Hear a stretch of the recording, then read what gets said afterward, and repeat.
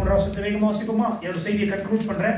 கரெக்டா 20 நிமிஷத்துல செய்தி முடிச்சு சண்டே கிளாஸ் மீட்டிங் நடத்திடுவோம். வாசிங்க, எல்லாம் சேர்ந்து வாசிங்க. தடைகளை நீக்கி போடுகிறவர் அவர்களுக்கு முன்பாக நடந்து போகிறார். அவர்கள் தடைகளை நீக்கி வாசலால் பிரவேசித்து கடந்து போவார்கள். அவர்கள் ராஜா அவர்களுக்கு முன்பாக போவார். கர்த்தர் அவர் முன்னணியில். இதை குறித்து ஆல்ரெடி ஒரு பார்ட் செய்தியை நான் உங்களுக்கு கொடுத்துட்டேன். இன்னைக்கு அந்த செய்தியை கன்க்ளூட் பண்ண போறேன், முடிக்க போகிறேன். எனவே இந்த செய்தியை நீங்க நல்ல உற்சாகமாய் ஆயத்தத்தோடு கூட கவனிங்க. கர்த்தர் நிச்சயமாகவே உங்களை ஆசீர்வதிக்க அவர் வல்லவராக. எத்தனை பேர் விசுவாசிக்கிறீங்க? சத்தமா சொல்லுங்க ஹல்லேலூயா. நல்லா கவனிங்க. தடைகளை நீக்கி போடுகிறவர் முன்பாக கடந்து போகிறார். அப்படின்னா என்ன சொன்னேன்? தடைகளை நீக்கி போடுகிறவர்னா he is a breaker. அது ஆங்கிலத்தில் சொல்லப்படுது he is a breaker. உடைத்து போடுகிறவர் அர்த்தம். ஹல்லேலூயா. இன்றைக்கு உங்க வாழ்க்கையில எது எல்லாம் எவைகள் எல்லாம் தடைகளா இருக்கு என்று நீங்க சிந்தித்துக் கொண்டிருக்கிறீர்களோ, இந்த மாதத்துக்குள்ளாக இந்த ஆண்டவர் என்ன செய்ய போறார்னா அந்த தடைகளை நீக்க போக வல்லவராக இருக்கிறார். எத்தனை பேர் விசுவாசிக்கிறீங்க? நல்ல கையை தட்டி ஆண்டு நல்ல இங்க கவனம் லிசன் பண்ணுங்க. ஹல்லேலூயா. இந்த தடை எப்போ ஒரு மனுஷனோட வாழ்க்கை நீங்கி போகும் தெரியுமா? எப்பொழுது தேவன் உங்களுக்காக கிரியை செய்யும்படி இறங்கி வருகிறாரோ அப்பொழுது இந்த தடைகளை நீக்க அவர் வல்லவராக இருக்கிறார். இப்போ இல்லை என்னை கவனிக்க சொன்னேன். என்னை கவனிங்க, நான் லைவ் ஓடிக்கிறதுனால என்னை கவனிங்க, அதிகமாக பேச முடியாது. அப்போ நல்லா கவனிங்க. இந்த கால வேளையில எத்தனை பேர் விசுவாசிக்கிறீங்க? என்னுடைய வாழ்வில் இருக்கிற என் குடும்பத்தில் இருக்கிற திருமண தடையா இருக்கட்டும், கடன் என்கிற பிரச்சனையா இருக்கட்டும், வியாதி என்கிற தடையா இருக்கட்டும். ஒருவேளை நான் சொல்றேன், உங்களுக்கு எப்பேற்பட்ட வியாதி ஆனாலும் அதை உடைத்து போடுகிறவர் உங்கள் முன்பாய் கடந்து போவார். எப்பேற்பட்ட பலவீனமானாலும் அதை உடைத்து போடுகிற கர்த்தர் உங்களோடு கூட இருக்கிறார். நாம் அவரை விசுவாசித்தா அவர் சூழ்நிலைகளை மாற்றிட வல்லவர். நல்ல உற்சாகம் நல்ல கவனிக்க பார்க்கலாம். ஒரு ஆமென் சொல்லுங்களேன்.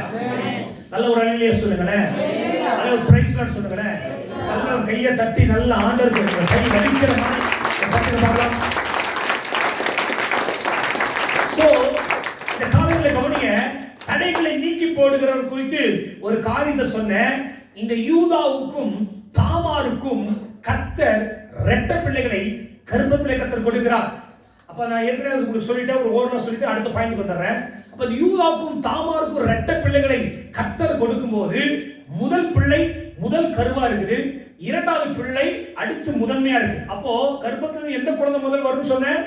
இரண்டாவது எந்த குழந்தை பிறகுதோ அதுதான் முதல்ல வரும். முதலாவது எந்த குழந்தை கருத்தரிச்சோ அது முதன்மை என்ன பண்ண முடியாது, இரண்டாவதாக வரும். ஆனா இந்த இடத்துல ஆதியாகமத்தின் புத்தகம் 38ஆம் அதிகாரத்துல நாம் கவனிச்சு பார்த்தோம் சொன்னா, இந்த இடத்துல கர்த்தர் தடைகளை நீக்கி போடுகிறவராய். என்ன என்று சொல்ல தடைகளை நீக்கி போடுகிறவன் என்ன அர்த்தம்னா பாரேஸ் என்று அர்த்தம். என்ன சொன்னேன்? பாரேஸ் என்ன அர்த்தம்? தடைகளை. ஆண்டவருடைய நாமத்துல ஒரு பெயராய் இது விளங்குது. பாரேஸ் என்று சொன்னா தடைகளை நான் நீக்கி போடுகிறவன் அர்த்தம். அப்போ இந்த இடத்துல கர்த்தர் இந்த சேரா மேல பெரிய திட்டத்தை வைக்கல.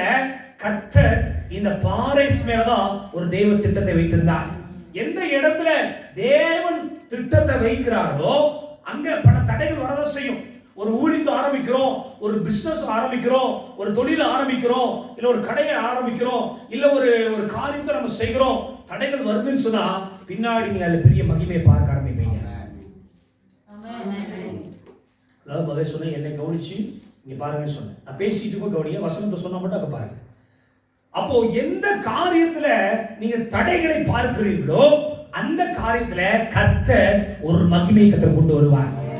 சத்தமா சொல்லணும். இந்த பாரேஸ் வெளியே வருவதற்கு அவன் தம்பியே சேர தடையா இருக்க. ஏன்னா அவன் தான் கர்ப்பத்துல பின்னாடி, அதாவது அந்த கர்ப்பத்தில் இருக்கிற அந்த கர்ப்பப்பையில வெளிவதற்கு அவன் தான் ஆயத்தமா இருக்கிறான். ஆனால் இந்த சயின்ஸின் படி, மருத்துவத்தின் படி வெளியே வர முடியாத அந்த முதல் குழந்தைய கர்த்தர் தடைகளை மாற்றி வெளியே கொண்டு வர ஆரம்பிக்கிறார். அல்லேலூயா. அப்போ ஆண்டவர் எப்படிப்பட்டவர் என்று சொன்னா இல்லாதவைகளை இருக்கிறவைகளால் அழைக்கிற தேவன். இந்த வானம் பூமி எப்படி உண்டாச்சு நமக்கு தெரியாது. ஆனா அவர் வாயினாலே சொன்னார் வானம் உண்டாவதாக. ஆண்டவர் வானம் உண்டாக்கப்பட்டது, பூமி உருவாவதாக உருவாக்கப்பட்டது. அவர் வாயின் வார்த்தையில வல்லமை உண்டு, அவர் வாயின் வார்த்தையில ஜீவன் உண்டு. அப்போ இதை நீங்க விசுவாசிக்கும் போது, இதை நீங்க ப்ரொக்ளைம் பண்ணும்போது, வாயை திறந்து அறிக்கையிடும் போது ஆண்டவர் அதை நிறைவேற்ற வல்லவராய் இருக்கிறார். அப்போ ஆண்டவர் ஏன் இந்த பாரேசை கர்த்தர் கொண்டு வந்தார்? இந்த பாரேசை குறித்து ஒரு 2 இடத்துல மட்டும்தான் வேதாகமத்தில் எழுதப்பட்டிருக்கு. ஒன்று ஆதியாகமத்தின் புத்தகம் 38ஆம் அதிகாரத்துல சொல்லப்பட்டிருக்கிறது. இந்த முதல் பிறந்த குழந்தைக்கு பாரேஸ் என்றும், இரண்டாவது பிறந்த குழந்தைக்கு சேரா என்றும் பெயரிட்டார்கள். அப்போ இந்த பாரேசுர சந்ததிய கர்த்தர் என்ன பண்ணார்னா வரலாற்றுல இடம் பிடிக்கும்படியே கர்த்தர் கிருபை செய்கிறார். அல்லேலூயா. அப்போ ஒரு குழந்தை ஒரு தடையை தாண்டி வெளியே வருதுன்னா என்ன அர்த்தம்னா, நல்லா கவனிச்சு பாருங்க. அது தடையை தாண்டி வருதுன்னா அது சரித்திரத்துல ஒரு பெரிய காரியங்களை செய்ய போகுதுன்னு அர்த்தம். ராமன் சொல்லுங்களேன். அப்ப இந்த இடத்துல இந்த செய்தியினுடைய நிறைவை நான் கொண்டு வர விரும்புகிறேன். நீங்க வாசிங்க ரூத்தின் புத்தகம் 4ஆம் அதிகாரம் எடுத்துக்கொள்ளுங்க பார்க்கலாம். ரூத்தின் புத்தகம் புதிய ஏற்பாட்டில் தேடாதீங்க, பழைய ஏற்பாட்டில் தான் இருக்கு. நியாயாதிபதிகள் அடுத்து 4ஆம் அதிகாரத்துல என்ன சொல்லப்படுகிறது? இந்த இடத்துல கர்த்தர் சூழ்நிலைகளை கர்த்தர் எப்படி மாற்றுறான்னு பாருங்களேன். வாசிங்க 11ஆம் வசனத்திலிருந்து வாசிங்க. 4:11 ரூத். அப்பொழுது எல்லா இடத்துலயா? அப்பொழுது ஒளிமுக வாசலில் இருக்கிற சகல ஜனங்களும் மூப்பரானவர்களும் அவனை நோக்கி நாங்கள் சாட்சிதான் உன் வீட்டிலே வருகிற மனைவியை கர்த்தர் இஸ்ரவேல் வீட்டை கட்டுவித்த 2 பேராகிய ராகேலை போலவும் லேயாளை போலவும் வாழ்ந்திருக்க செய்வாராக. நீ எப்ராத்தியாவிலே பாக்கியவானாய் இருந்து பெத்லகேமிலே. அடுத்த வருஷம் வாசிங்க. இந்த பெண்ணிடத்திலே கர்த்தர் உனக்கு அருளி செய்ய போகிற சந்தானத்தினாலே உன் வீடு, நல்ல கவனிங்க, உன் வீடு தாமார் யூதாவுக்கு பெற்ற பேரேசின் வீட்டை போல ஆக கடவுது என்றார்கள். நல்ல கையை தட்டி இந்த இடத்துல எப்படி கர்த்தர் சரித்திரத்தை கொண்டு வராங்க நல்லா கவனிச்சு பாருங்க. தாமார் என்பவள் அவள் ஒரு பெரிய சொல்லத்தக்கதான ஒரு பெரிய வாழ்க்கை வாழல, ஒரு அருவருப்பான வாழ்க்கை தான் அவள் என்ன பண்ணாலும் முடிவெடுத்தான். ஆனா இந்த பேரேஸ் மேல தேவன் ஒரு பெரிய திட்டத்தை வைத்திருந்தார். அல்லேலூயா. என்ன திட்டம் என்று சொன்னா, இந்த பாரேஸ் என்கிற சந்ததியில தான் ராஜாக்களை கர்த்தர் தோன்றும்படியாக ஆயத்தப்படுத்துகிறார். அல்லேலூயா. உங்க ஹிஸ்டரி எப்படி வேணா இருக்கலாம், உங்க பேக்ரவுண்ட் எப்படிப்பட்டவங்களா இருக்கலாம், ஒருவேளை தாழ்ந்தவங்களா இருக்கலாம், இல்ல உங்களால முடியாதவங்களா இருக்கலாம். ஆனா எனக்குள் இருக்கிற ஆண்டவர், உங்களுக்குள் இருக்கிற ஆண்டவர் is a season changing God. சூழ்நிலைகளையும் காலங்களையும் மாற்றுகிற தேவனாய் இருக்கிறார்.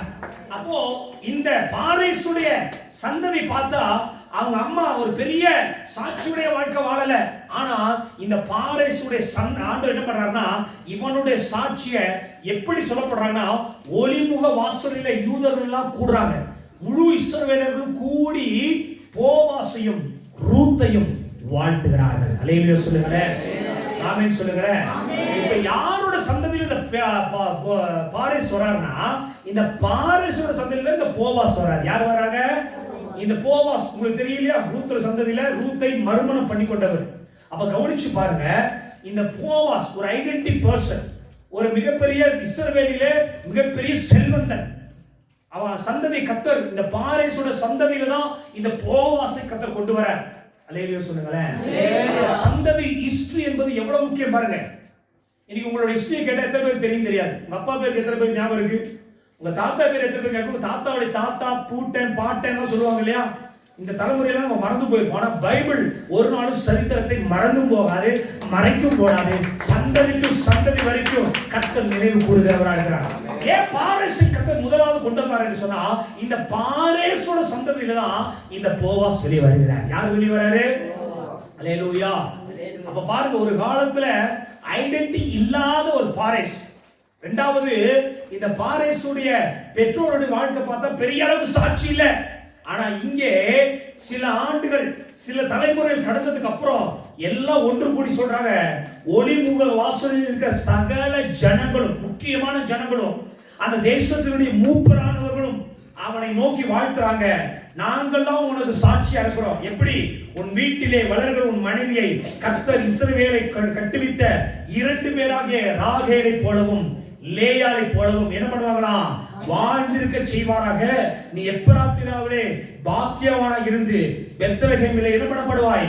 புகழ் பெற்றிருக்க கடவாய். அல்லேலூயா சொல்லுங்களேன். கர்த்தர் இவர்கள் சந்ததிய எவ்வளவாய் பிளஸ் பண்றான்னு யோசித்து பாருங்க. அல்லேலூயா. உங்க வாழ்க்கையில நீ உயர்ந்து வருவதற்கு சில தடைகள் வரதான் செய்யும், சில சேலஞ்சஸ் இருக்கதான் செய்யும், சில விதமான பிரேக் ஆக வேண்டிய சூழ்நிலை இருக்கதான் செய்யும். ஆனா அந்த சூழ்நிலையில் நீங்க கர்த்தரை உண்மையாய் தேடுவீர்கள் என்று சொன்னா, அந்த சூழ்நிலை கர்த்தரை உண்மையாய் சார்ந்திருப்பீங்க சொன்னா, அந்த சூழ்நிலை கர்த்தரை உண்மையாய் நம்பிக்கொண்டிருப்பீங்கன்னா, கர்த்தர் உங்கள் சந்ததிய புகழ் பெற்றிருக்கும்படியாக உயர்த்துகிறவரா இருக்கிறார். ஆமென். நான் சொல்றேன், ஃபியூச்சர்ல உங்க சந்ததியில அரசியல்வாதிகள் பெரிய பெரிய அரசியல்வாதிகள் தோன்றுவாங்க, பெரிய பெரிய அதிகாரிகள் தோன்றுவாங்க, பெரிய பெரிய ராஜாக்கள் தோன்றுவாங்க. நீங்க கர்த்தருக்கு உண்மையா இருந்தீங்கன்னா ஃபியூச்சர்ல இந்த ஊட்டிக்கு உங்க பிள்ளைங்க கலெக்டரா மாறுவாங்க, தாசில்தாரா மாறுவாங்க, ஜட்ஜஸா மாறுவாங்க, வக்கீல்களா மாறுவாங்க. பெரிய பெரிய உயர்ந்த பதவிகள்ல கர்த்தர் உங்க தலைமுறையை உயர்த்துவார். நீங்க உண்மையா இருந்தீங்கன்னா, if you faithful to the Lord, சொல்லுங்க பார்க்கலாம். ஆண்டவர் உண்மையா இருந்தா உங்க சந்ததிய புகழ் பெற்றிருக்கும்படி கர்த்தர் உயர்த்துவார். இந்த பாரேஸ் ஏன் இவ்வளவு தடை நீக்கி கர்த்தர் கொண்டு வந்தாரு? ஏன்னா இஸ்ரவேல் ஜனங்க நல்லா கவனிச்சு பாருங்க, ஒரு விதமான அடிமைத்தனத்துக்குள்ள போறாங்க. இவர்களை நிர்வாணப்படுத்தி அடிமைத்தனப்படுத்தி அடித்து துன்புறுத்தி ஆஸ்தியெல்லாம் பிடுங்கி கொண்டு இஸ்ரவேல் ஜனங்க அழைத்து கொண்டு போறாங்க. இஸ்ரவேல் ஜனங்களுக்கு அவமானம் தாங்க முடியல, நிந்தையோடு இருக்கிறாங்க, மனமன ரணமா இருக்குது, வேதனையோடு இருக்கிறாங்க. அந்த நேரத்தில் கர்த்தர் வாக்கு பண்றாரு, தடைகளை நீக்கி போடுகிறவர் உனக்கு முன்பாய் நான் நடந்து போவேன். அல்லேலூயா. ஏன் இஸ்ரவேல் வாக்கு பண்றாரு தெரியுமா? இனி உன் சந்ததியில எந்த ராஜாக்களுக்கு நீ அடிமையாய் கொண்டு போகப்படுகிறியோ, எந்த ராஜாக்கள் உன்னை அடிமையாய் கொண்டு போகப்படுறார்களோ, அதே ராஜாக்கள் முன்பாக உன் சந்ததியிலிருந்து நான் ராஜாக்களை தோற்றுவிக்கிற கர்த்தர். விசுவாசிக்கிறவங்க நல்லா கை தட்டி ஆண்டவருக்கு நன்றி சொல்லுங்க. எப்படி வாக்கு பண்றாரு பாருங்க. எந்த இடத்துல இவங்க அடிமையாய் கொண்டு போகப்படுறாங்களோ, ஆண்டவர் வாக்கு பண்றாரு, உன்னிடத்துல ராஜாக்கள் தோன்றுவார்கள். அல்லேலூயா, அல்லேலூயா. பெரிய சரித்திரமுடைய ஃபேமிலியா கேட்டா இல்ல, பெரிய உலக அவங்க தாமாரும் பாரேஷ் பெற்றிருக்கும் போது இவரை எவ்வளவு இழிவுபடுத்தி இருப்பாங்க, எவ்வளவு கேவலப்படுத்தி இருப்பாங்க யோசித்து பாருங்க. ஆனா பின் நாட்கள் வரும்போது என்ன நடக்குது?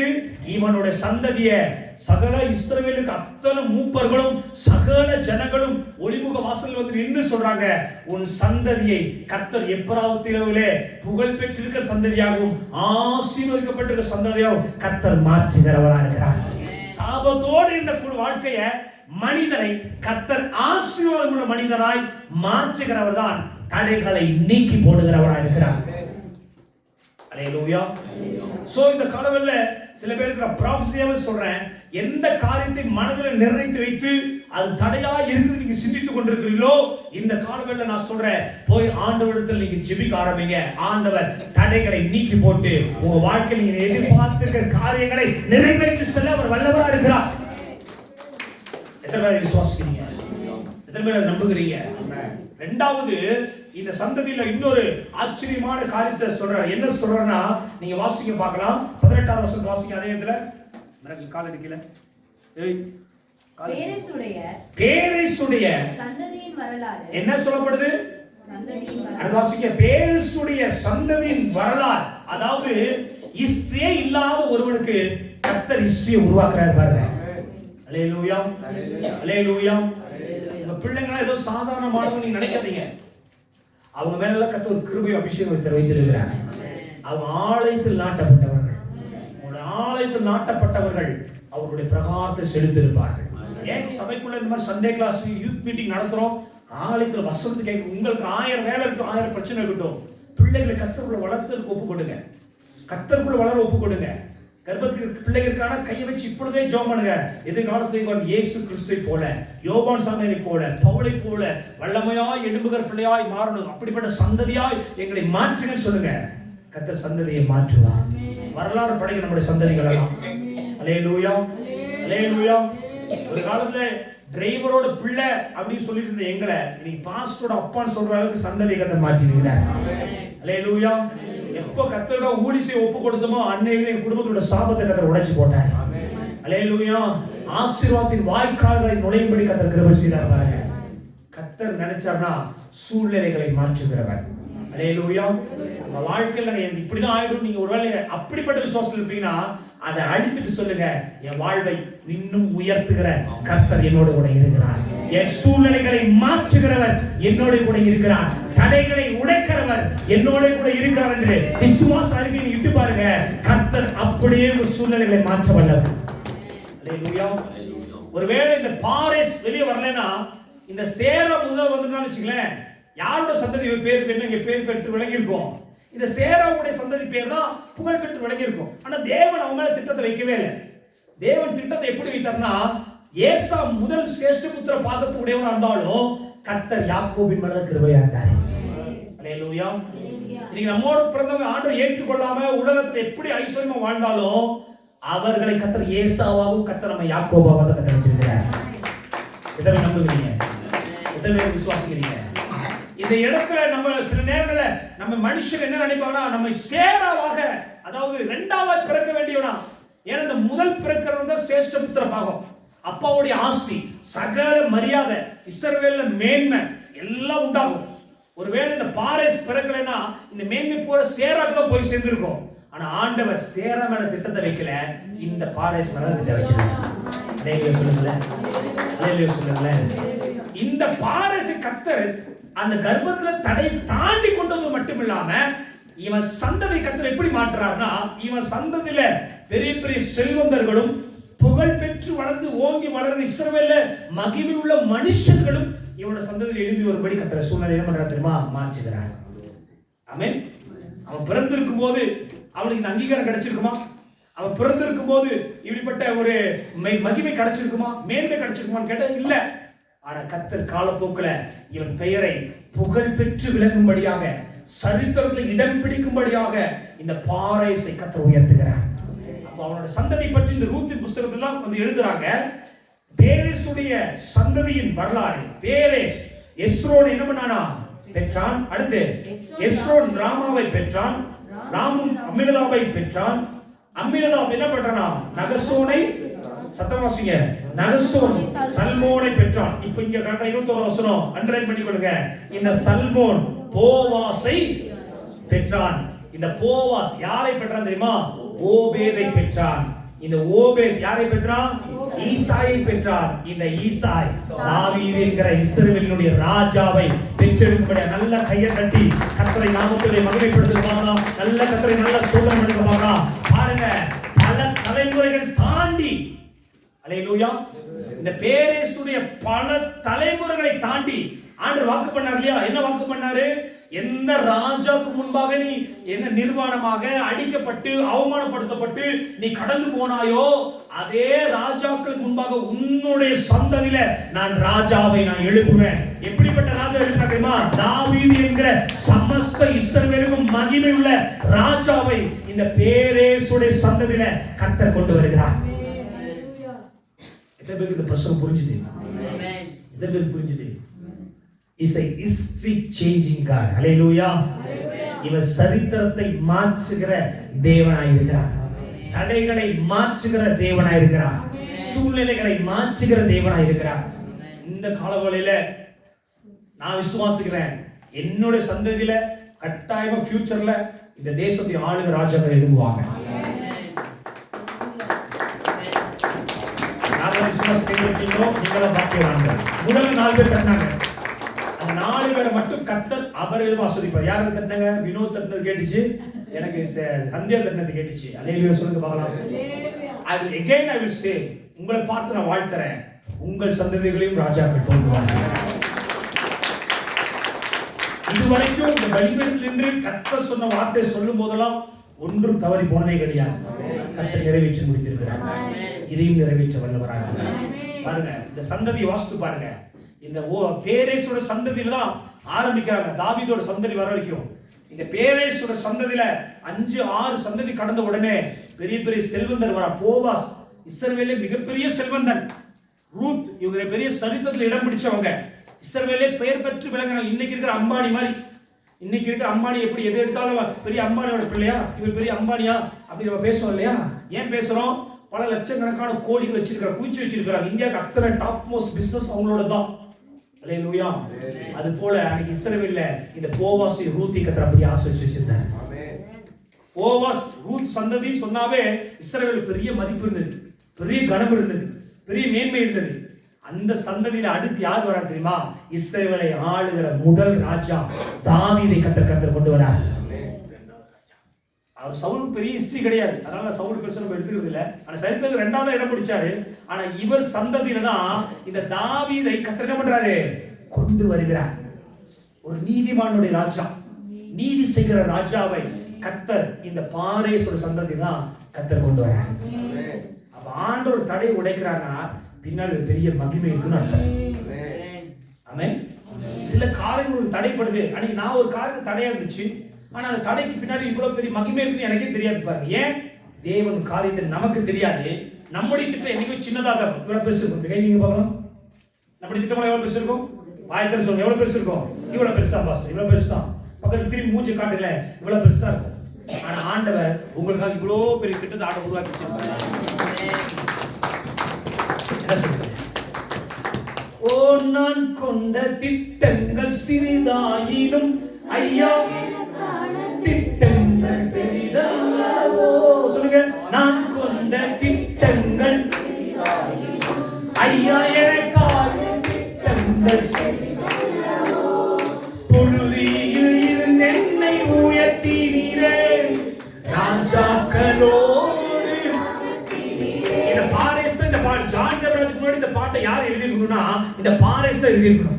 புழுதியில கடந்த எங்க வாழ்க்கை இன்னைக்கு ராஜாக்கள் தோன்றுகிற சந்ததியா என்னை நீங்க உயர்த்திட்டீங்கன்னா நல்ல கையை தட்டி ஆண்டவரை விசுவாசிக்க பார்க்கலாம். ஹalleluya சொல்லுங்க, நல்ல கையை தட்டி சொல்லுங்க. புழுதியில் கிடந்தோம், ஆனா ஆண்டவர் எப்படி மாற்றினார் தெரியுமா? ராஜாக்கள் தோன்றுகிற சந்ததியா ஆண்டவர் என்னை மாற்றினார். என்ன சொல்லுமா?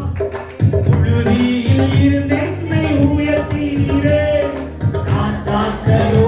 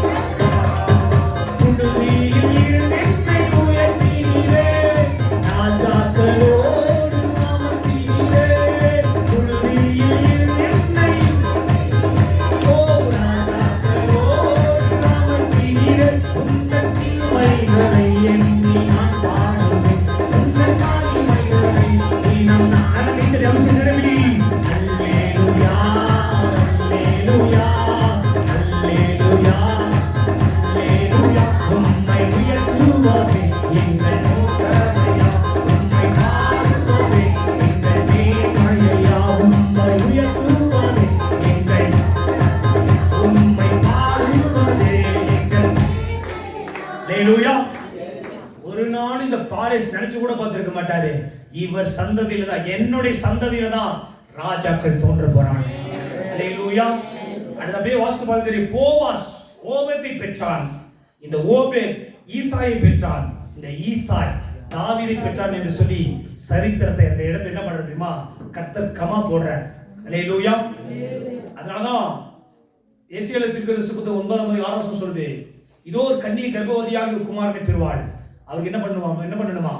அவர் இம்மானுவேல் என்று என்ன பண்ணுவாரு? அழைக்கப்படுவார். எப்படிப்பட்டவர் அழைக்கப்படுவாரு? இம்மானுவேல் என்பதற்கு தேவன், அவர் அதிசயமானவர், ஆலோசனையாளர், வல்லமையுள்ள தேவன், நித்திய பிதா, இந்த சமாதான பிரபு.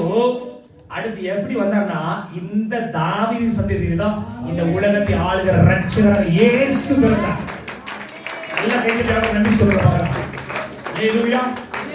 இந்த பாரேஸ் என்கிற ஒரு மனுஷன் அந்த தடையை தாண்டி வந்ததுனால கர்த்தர் தாவீதின் என்கிற சந்ததியை கர்த்தர் உருவாக்கினார். இந்த தாவீதின் சந்ததியில தான் இந்த உலகத்தை நமக்காக பாவம் தீர்க்கிற ஆட்டுக்குட்டியாக இந்த பூமிக்கு வந்த உலக ரட்சகராக இயேசு கிறிஸ்து என்கிற மகாராஜா அந்த சந்ததியில கர்த்தர் பிறக்கும்படி கிருபை செய்தார்.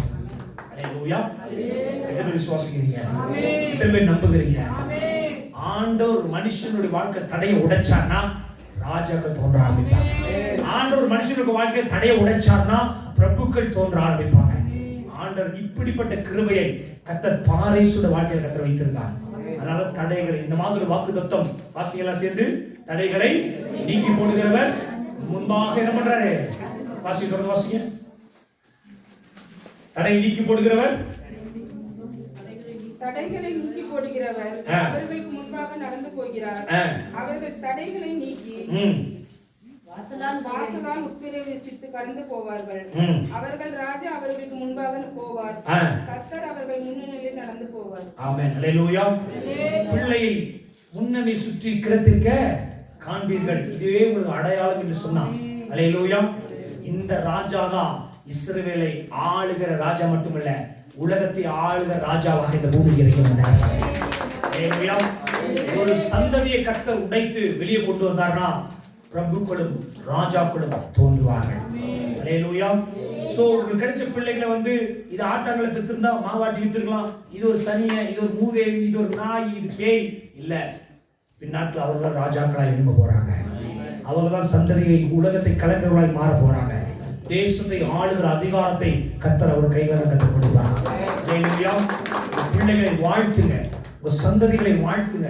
உங்க பிள்ளைகள் ஒவ்வொரு நாளும் கர்த்தருடைய கிருபையில வளரலாம். ரெண்டு விஷயத்தை கண்ணோக்கமா பாருங்க. ஒன்று, பைபிள் படிக்கிறவங்களா பாருங்க, ஜெபிக்கிறவங்களா பாருங்க. ரெண்டு விஷயத்துல அவங்க சிறு வயதிலே சரியா வளர்த்தீங்கன்னா எதிர்காலத்துல ராஜாக்கள் எழும்புவாங்க, பிரபுக்கள் எழும்புவாங்க. படிப்பை நம்ம கொடுத்துருவோம், ஃபீஸ் கட்டிடுவோம், எல்லாமே பிள்ளைகள் கொடுத்துருவோம். ஆனா கர்த்தருக்கு பயப்படுற பயத்துல தான் பிள்ளைகளை வளர்க்க மாட்டோம். சண்டே கிளாஸ்ல விடுங்க, யூத் மீட்டிங்ல விடுங்க. ராஜாக்களை பிள்ளைகளை கர்த்தர் நாட்கள்ல எழுப்ப அவர் வல்லவராக. எழுப்பி நிற்போமா? கண்களை மூடி ஆண்டவர் சமூகத்துல. ஹalleluya.